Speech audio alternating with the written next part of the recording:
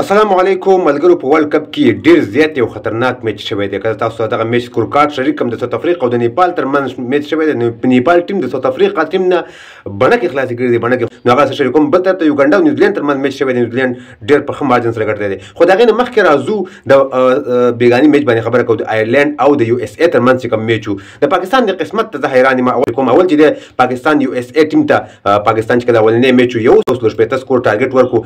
پاکستان بالرانو خراب بالینګ وکړو. په اخري اوور کې حارث راؤف 15 سکور 14 سکور ورکړل.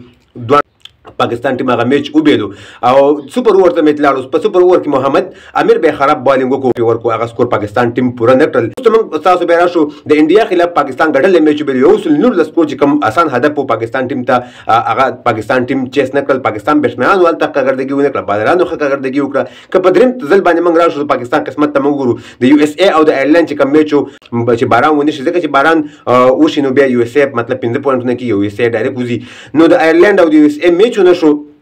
که د آیرلینډ او یو اس اے میچ شوی وی آیرلینډ ګټلی وی نو پاکستان ته ډېر غټ چانس و په دغه میچ کې ځکه چې یو اس اے به په 100 پوینټونو باندې پاتې شوی. پاکستان او آیرلینډ میچ چې کوم پاتې دی اخري هغه بیا پاکستان ډېر زیات خواري او محنت به کولی چې پاکستان ګټلی وی او لږ شانې په خره نیټې ګټلی وی نو پاکستان ټیم به کوالیفای شوی وی سوپر 8 مرحلې ته. خو د پاکستان دغه قسمت به شریک و چېرې د سټارټ نه پاکستان ټیم په دیکو دیکو باندې را روان دی او تر دغه دمه چېرې بیګاني میچ کې باران وشو د یو اس اے او د آیرلینډ خلاف او د یو اس اے 15 پوینټونه شو. یو پوینټ هغې واغستو یو آیرلینډ واغستو او یو اس اے ډایرکټ ووتله.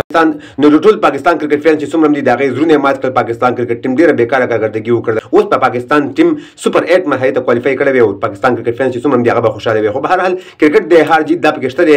راځو بل طرف ته د یوګانډا او د نیوزیلینډ ترمنځ میچ شوی. یوګانډا ټول ټیم په 40 سکور باندې اوټ شوی دی په 18 اورونو کې. نیوزیلینډ ټیم دغه سکور په 15 اورونو کې پوره کړی دی.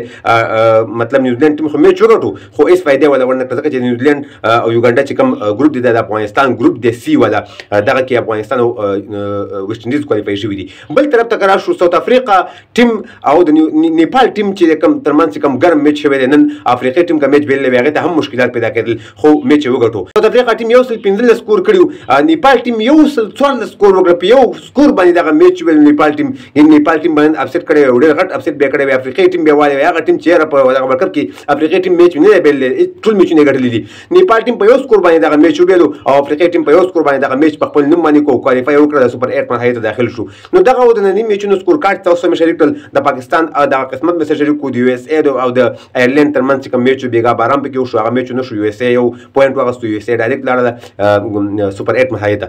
نو د ویډیو کتلو زیاته مننه. ویډیو مخکې ملګرو سره ضرور شریک کړئ. زموږ پیج هم سره فالو کړئ او زموږ یوټیوب چینل سره رحمان الله کرکټ ټي وي په نوم باندې دی هغه سره هم سبسکرایب کړئ نور تازه معلوماتو لپاره. نور ښه وخت ولرئ. د الله په امان.